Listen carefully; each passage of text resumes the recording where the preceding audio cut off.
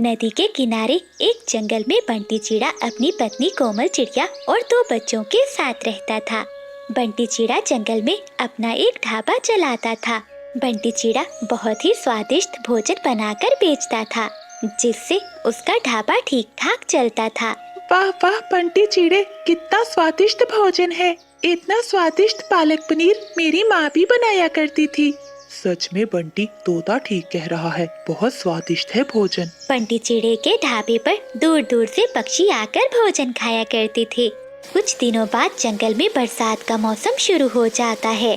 बंटी चिड़े का ढाबा तिनकों और मिट्टी से बना हुआ था, इसलिए वो बारिश के कारण पानी छत से टपकना शुरू हो जाता है। इसलिए ढाबे पर अब पक्षी बहुत कम आने लगे थे।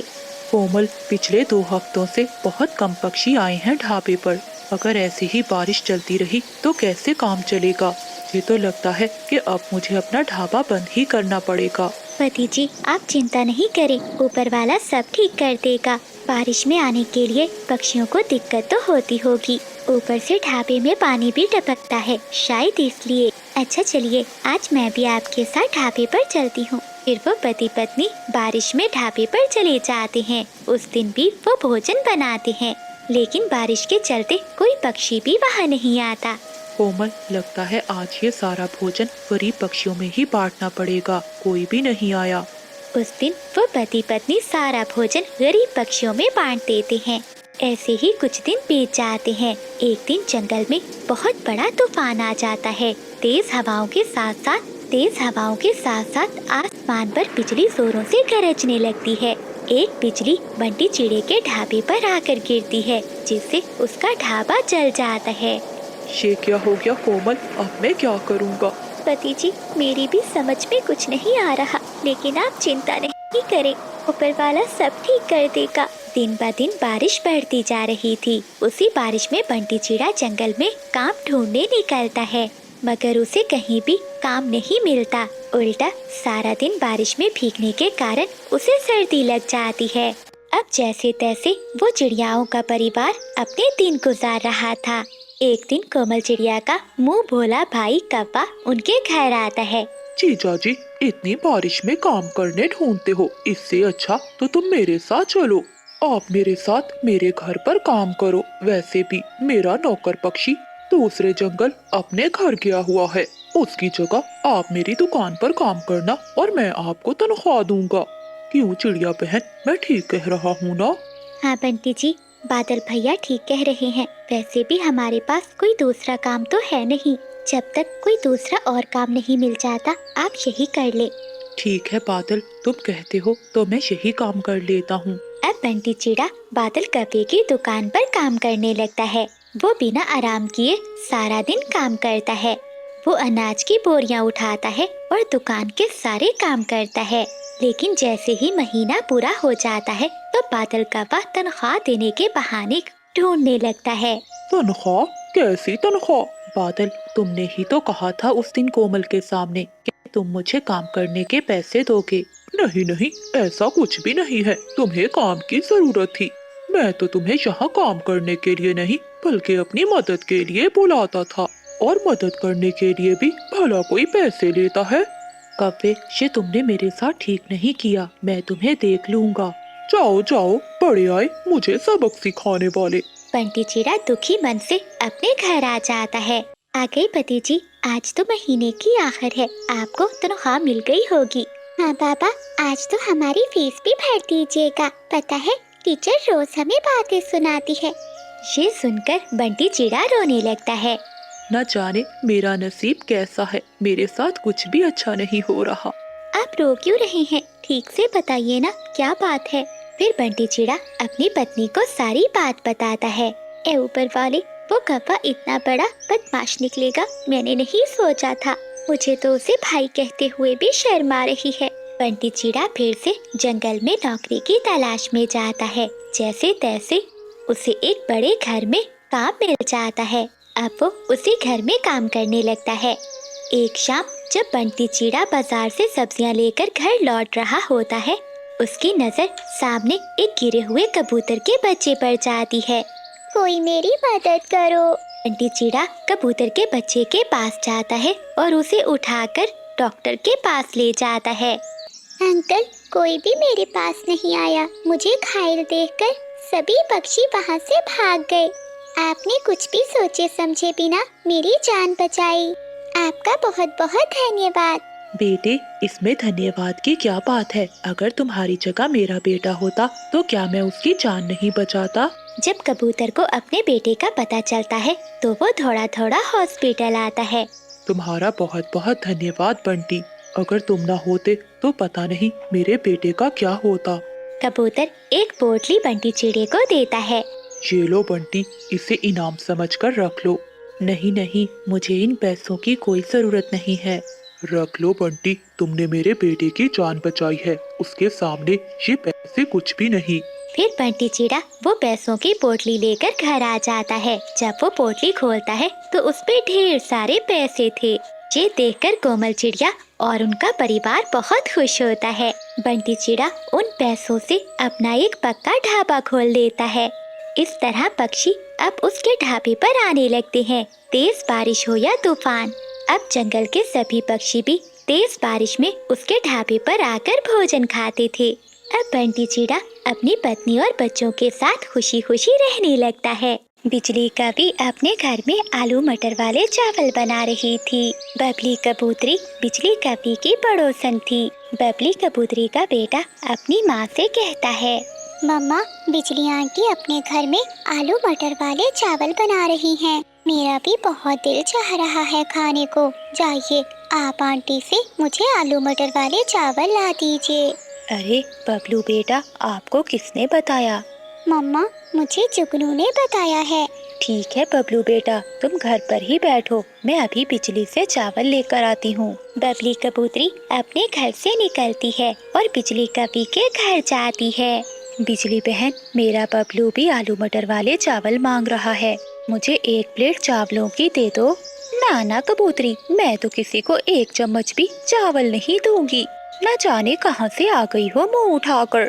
बिजली, तुम भी तो हर दफा मुझसे कुछ न कुछ तो मांगने आती हो। अगर आज मैं चावल लेने आ गई तो क्या हो गया? चल चल निकल मेरे घर से, कहा ना मेरे पास चावल नहीं है। तो ठीक है, कभी कभी दोबारा मेरे घर ना आना। फिर बबली कबूतरी वहाँ से चली जाती है।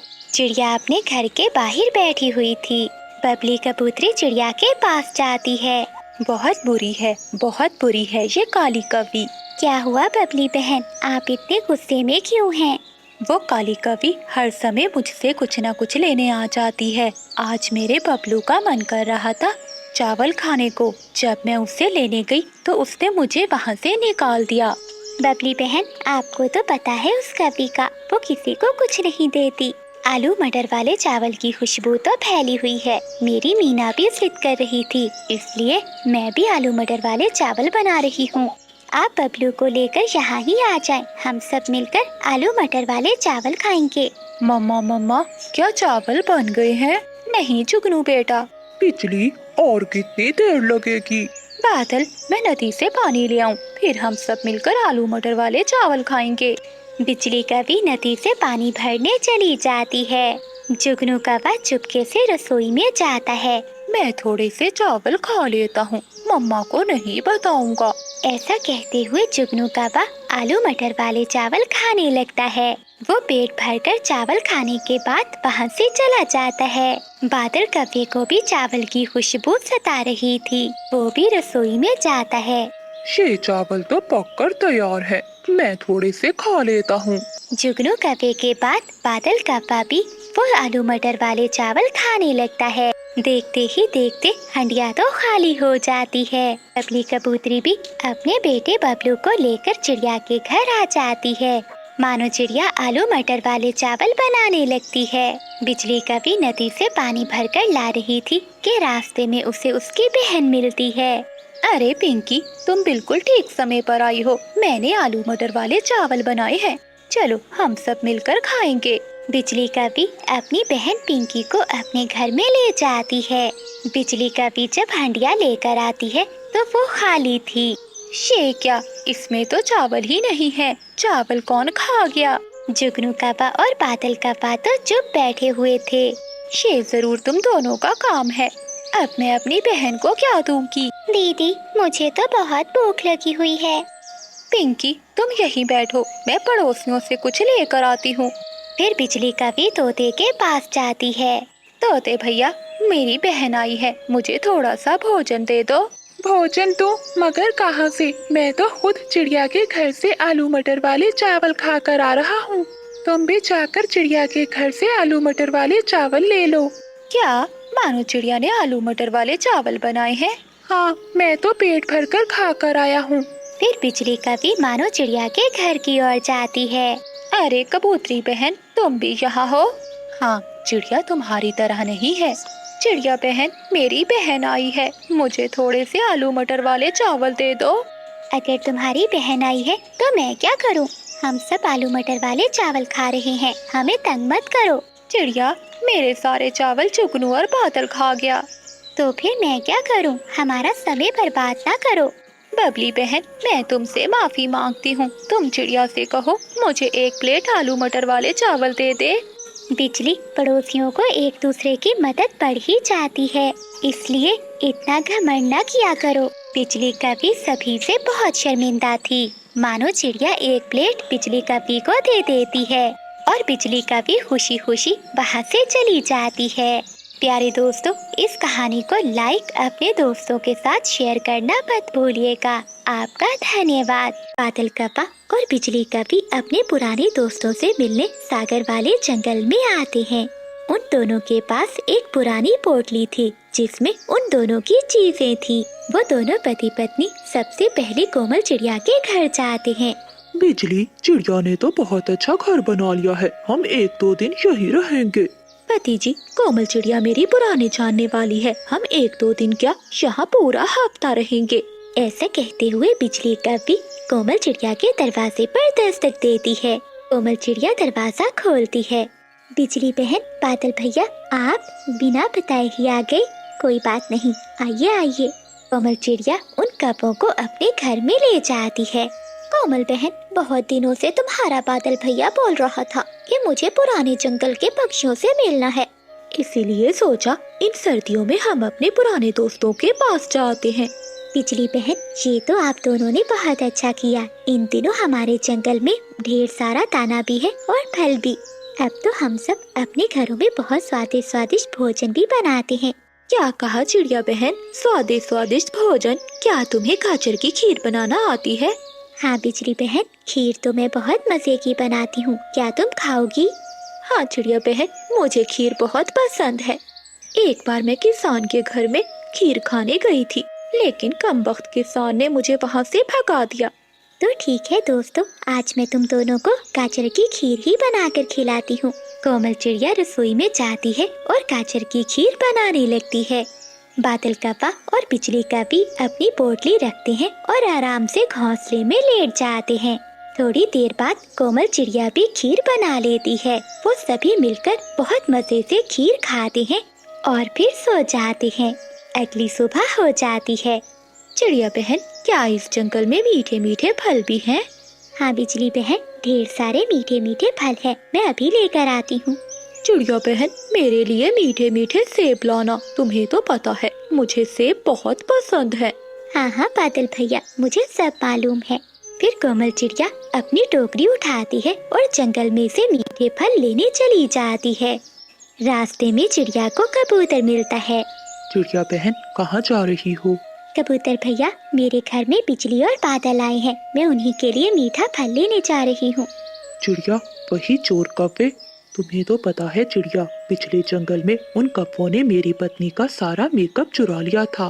कबूतर भैया, ये बहुत पुरानी बात है, अब तो कौवे बहुत बदल चुके हैं, अब तो वो चोरियां नहीं करते होंगे। बादल कौवा घोंसले में सोया हुआ था। बिजली कभी उठती है और चिड़िया के घर को देखने लगती है। बिजली कभी दूसरे कमरे में जाती है, वहाँ एक अलमारी थी। बिजली कभी वो अलमारी खोलती है तो उसमें एक पोटली थी। ये पोटली कैसी है? खोलकर देखती हूँ, शायद इसमें कुछ खाने को मिल जाए। बिजली कभी वो पोटली खोलती है तो उसकी आंखें फटी की फटी रह जाती हैं। उस थैली में एक सोने का हार था। सोने का हार जो मैं आज तक कभी ले ना पाई, चिड़िया मुझसे पहले ही लेकर बैठी हुई है। बिजली कभी वो हार उठाती है और अपने पति के पास आती है। बादल उठो, जरा देखो इस सोने के हार को। बादल कौवा उठ जाता है। ये क्या, सोने का हार? बिजली, ये तुम्हें कहाँ से मिला? बादल, मैंने ये सोने का हार चिड़िया की अलमारी से निकाला है। ये तो बहुत कीमती लग रहा है। हाँ पति जी, जब तक चिड़िया वापस आएगी हम ये सोने का हार लेकर यहाँ से भाग जाएंगे। हाँ बिजली, फिर किसी दूसरे जंगल में जाकर अपना बड़ा घर बनाएंगे और मौजें करेंगे। बादल कौवा और बिजली कभी अपनी पुरानी पोटली वहीं फेंकते हैं और वहाँ से चिड़िया का हार लेकर भाग जाते हैं। कोमल चिड़िया एक सेब के पेड़ से पके हुए सेब तोड़ती है और ढेर सारे फल अपनी टोकरी में जमा करके वापस अपने घर के लिए जाती है। बिजली बहन, बादल भैया, आप दोनों कहाँ हो? लेकिन घर में तो कोई भी नहीं था। जब कोमल चिड़िया दूसरे कमरे में जाकर अपनी अलमारी को देखती है तो वो खुली हुई थी। जैसे ही वो पास जाकर देखती है तो अलमारी में उसके सोने का हार नहीं था। ये देखकर कोमल चिड़िया रोने लगती है। कबूतर भैया ने ठीक कहा था कि आदतें कब बदलती हैं। वो कभी तो मुझे लूट कर चले गए, लेकिन मैं भी इतनी आसानी से उन्हें जाने नहीं दूंगी। मैं उनका पीछा करती हूँ, वो ज्यादा दूर नहीं गए होंगे। कोमल चिड़िया अपने घर से निकलती है। तभी वो देखती है कि जंगल का मौसम बहुत खराब हो चुका है। तभी तेज हवाओं के साथ बादल गरजने लगते हैं और तेज बारिश शुरू हो जाती है। ये देखकर कोमल चिड़िया वापस अपने घर के अंदर आ जाती है। ऐसे मौसम में मैं कहीं दूर भी नहीं जा सकती। लगता है मेरा हाथ अब मुझे कभी वापस नहीं मिलेगा। कौवे बारिश में फंस गए थे। वो आश्रय लेने के लिए कबूतर के घर के दरवाजे पर दस्तक देते हैं। कबूतर दरवाजा खोलता है। कौवो, तुम? मेरी सुंदर आंखों वाले कबूतर भैया, हमें आज की रात अपने घर में रहने दो। नहीं नहीं कवि, तुम दोनों चोर हो। मैं चिड़िया की तरह तुम कौवों का विश्वास नहीं कर सकता। ऐसा कहते हुए कबूतर अपने घर के अंदर चला जाता है और दरवाजा बंद कर लेता है। वो दोनों पति पत्नी सोने का हार लिए एक पेड़ के नीचे बैठ जाते हैं। बिजली, जब तक बारिश नहीं रुकती हमें यहीं बैठना होगा। वो दोनों कौवे वहीं बैठ जाते हैं, लेकिन कुदरत को कुछ और ही मंजूर था। आसमान पर एक जोरदार बिजली चमकती है और वो सीधी उन कौवों पर आकर गिरती है। बिजली गिरने से वो कौवे वहीं मर जाते हैं। वो पति पत्नी मर चुके थे और सोने का हार उनके पास पड़ा था। उन कौवों को उनके किए की सजा वहीं मिल जाती है। अगली सुबह बारिश रुक जाती है। कोमल चिड़िया अपने घर से बाहर दाना ढूंढने के लिए निकलती है। चिड़िया की नजर कौवों पर जाती है। वो तुरंत वहाँ जाती है। बिजली और बादल, कितना अच्छा था जो तुम दोनों मेरे घर में मेहमान बनकर रहते और एक अच्छे पक्षी बनकर अपना जीवन गुजारते। जो करता है वही भरता है। फिर कोमल चिड़िया अपना सोने का हार उठाकर वापस अपने घर की ओर चली जाती है। ऐ ऊपर वाले, मेरे तो करम ही फूट गए जो मुझे ऐसी बहू मिली। दिन चढ़ गया है लेकिन अभी ये महारानी सोकर ही नहीं उठी। अरे बादल, बादल बेटे, जा अब तू ही उसे जगा। अपनी माँ की बात सुनकर बादल कौवा अपनी पत्नी के पास जाता है। बिजली, उठ जाओ, देखो कितना समय हो गया है। माँ ने घर के सारे काम कर लिए हैं और तुम अभी तक सो रही हो। पति जी, मुझे सोने दो और माँ जी से कहो कि तुम भी सो जाओ। काम का क्या है, वो तो बाद में भी हो जाएगा, लेकिन इतनी प्यारी नींद मुझे दोबारा नहीं आएगी। तभी बिजली कौवे की सास वहाँ आती है। अरे ओ महारानी, ये तेरा मायका नहीं ससुराल है। अभी तो मेरे पंख और पैर चल रहे हैं। अगर मैं मर गई तो यहाँ तेरी माँ नहीं आने वाली काम करने के लिए। बिजली कौवी अपने घोंसले से उठ जाती है। थोड़ी देर बाद बादल कौवा अपनी पत्नी से कहता है। बिजली, मैं जा रहा हूँ जंगल काम पर। तुमसे इतना नहीं हो सकता कि मेरे लिए भोजन ही बना दो। पति जी, अभी तो सब्जी कटनी है और फिर पकानी भी है और तो और आटा भी गूंदना पड़ेगा। कितना झंझट है। इससे अच्छा है कि आप जंगल में ही कुछ खा लेना। हाँ हाँ, मैं जंगल से भोजन खा लूंगा, लेकिन तुम ऐसे ही घोंसले में लेटी रहना। ए ऊपर वाले, मैं क्या करूँ ऐसी पत्नी का? इसका कुछ भी नहीं हो सकता। ऐसे गुस्से में बड़बड़ाता हुआ बादल कव्वा घर से चला जाता है। बादल कव्वे के जाते ही बिजली कव्वी चुपके से रसोई में जाती है और बना हुआ भोजन खाकर अपने घोंसले में आकर फिर से लेट जाती है। ऐसे ही समय बीतता जाता है। एक दिन बादल कव्वा अपनी पत्नी से कहता है, बिजली, हमारी शादी को कितने साल हो गए हैं, सभी पक्षियों के बच्चे हैं, हमारी कोई भी संतान नहीं। चलो आज बुलबुल डॉक्टर के पास चलते हैं। पति जी, तुम भी किस झंझट में पड़ना चाहते हो? पहले इलाज करवाओ और फिर अंडे की रक्षा करना, उसके बाद इतने सारे काम। ना बाबा ना, मैं नहीं कर सकती इतना काम। मैं तो सोचती हूँ कि एक बच्चा गोद ही ले लेते हैं। बिजली, अब तो हद हो गई, तुम इतनी आलसी कैसे हो सकती हो? तुमसे कुछ कहना ही बेकार है। शाम को बिजली की सास अपने बेटे से कहती है, बेटे, तेरी पत्नी तो सारा दिन घोंसले में पड़ी रहती है। मैं सोच रही हूँ कि कुछ दिन मैं अपनी बेटी पिंकी के पास रह आऊं। जब मैं नहीं होंगी तो ये खुद ब खुद काम करेगी। ठीक है माँ, जैसा आपको अच्छा लगे।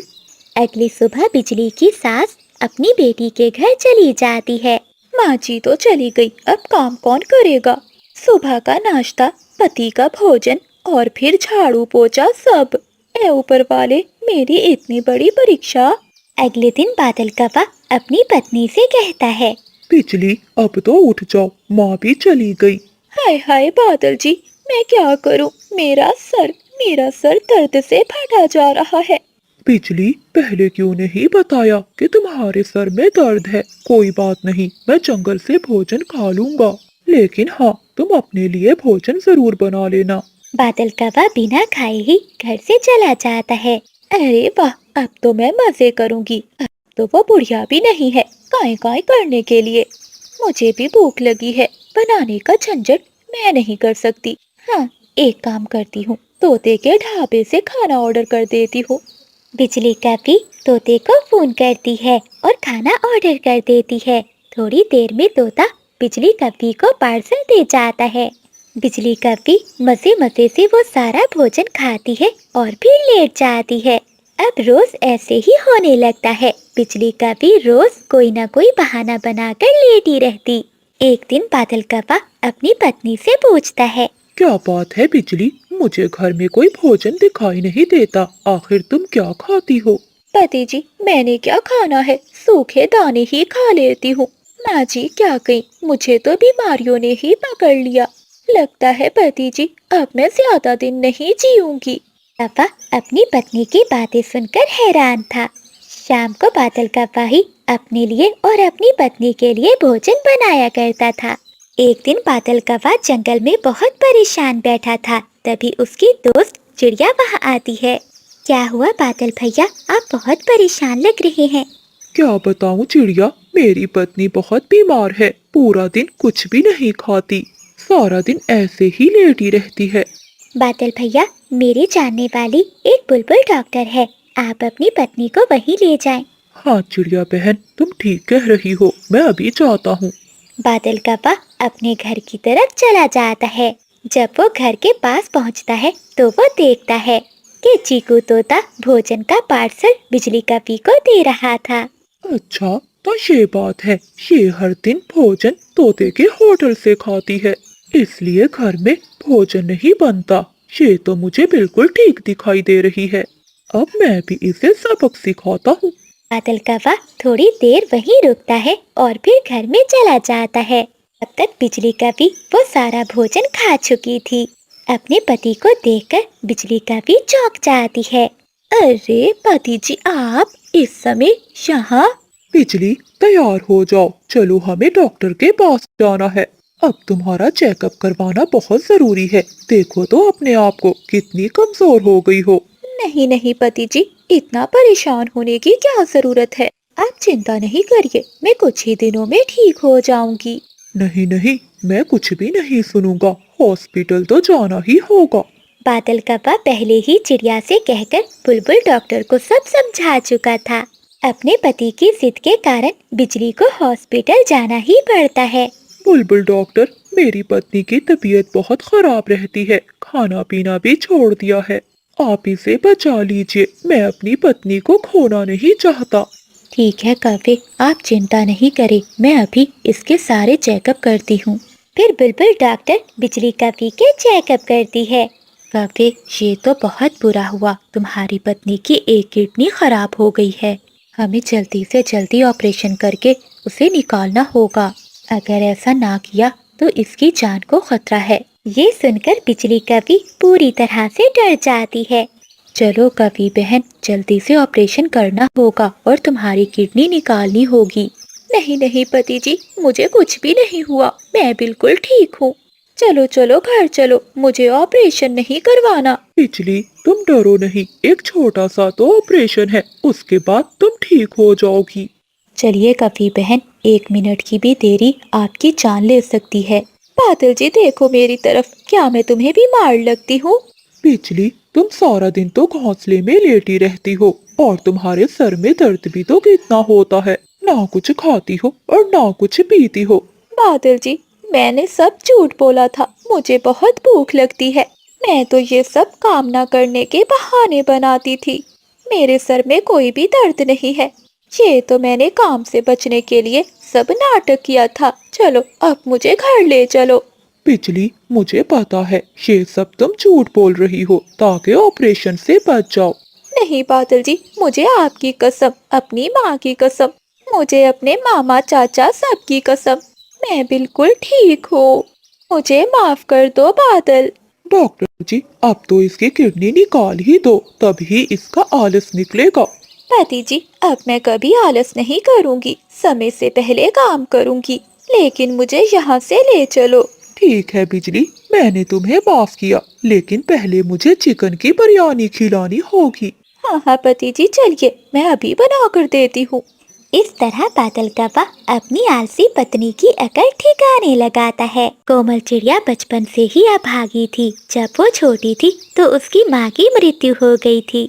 तब उसके पिता ने दूसरी शादी कर ली। सौतेली माँ ने भी कोमल चिड़िया को खूब परेशान किया। ऐसे ही दुख सहते सहते वो बड़ी हो गई। एक दिन कोमल चिड़िया की शादी बंटी चिड़े से हो जाती है।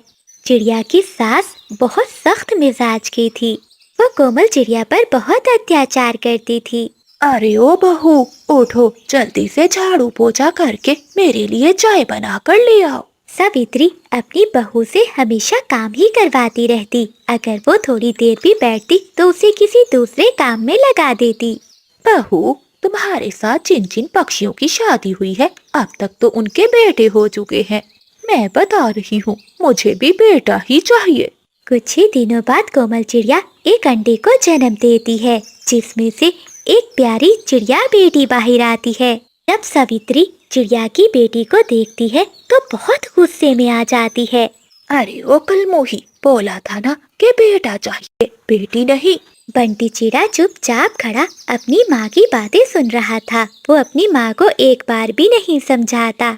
अगली बार कोमल चिड़िया फिर से एक अंडे को जन्म देती है। सुन ले, अगर इस बार बेटा ना आया तो तेरी खैर नहीं होगी। लेकिन कुछ दिनों बाद उस अंडे से भी एक चिड़िया बेटी बाहर आती है। ये देखकर सावित्री आसमान सर पर उठा लेती है। ऐ ऊपर वाले, लगता है मुझे पोते का मुंह देखने को नहीं मिलेगा। ये बहू तो बहुत मनहूस है। तू ऐसा कर मेरे बेटे, तू दूसरी शादी कर ले। माँ, इसमें कोमल की कोई गलती नहीं है। एक बार फिर से इंतजार करके देख लेते हैं। अब की बार तू जैसा कहेगी मैं वैसा ही करूँगा। ऐसे ही कुछ दिन बीत जाते हैं। कुछ दिनों बाद कोमल चिड़िया फिर से एक बेटी को जन्म देती है। निकल जा, मेरे घर से निकल जा और अपनी तीनों बेटियों को भी लेकर जा। अब मैं तुझे इस घर में नहीं रख सकती। ऐसा कहते हुए सावित्री अपनी बहू और उसकी 3 बेटियों को घर से निकाल देती है। बंटी, तो चिंता नहीं कर, तेरी मैं शादी पारो चिड़िया से करवाऊंगी। वो बहुत सुंदर है। सावित्री अपने बेटे की शादी पारो चिड़िया से करवा देती है। बेचारी कोमल चिड़िया अब कहाँ जाती। वो अपनी 3 बेटियों को लेकर सामने वाले पेड़ पर एक तिनकों का घर बनाकर रहने लगती है। कोमल चिड़िया अब जंगल के पक्षियों के घरों में झाड़ू पोछा करने लगी थी। इसी तरह वो अपनी बेटियों का पेट पालती थी। कोमल चिड़िया के सामने ही बंटी चिड़ा अपनी दूसरी पत्नी के साथ रहता था। सावित्री अपनी दूसरी बहू का बहुत ख्याल रखती थी।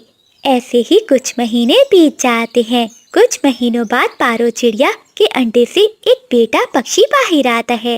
ये देखकर सावित्री तो बहुत खुश होती है। वो घर के बाहर जाती है और कोमल चिड़िया को सुनवाने लगती है। बहू हो तो ऐसी बहुत भाग्यशाली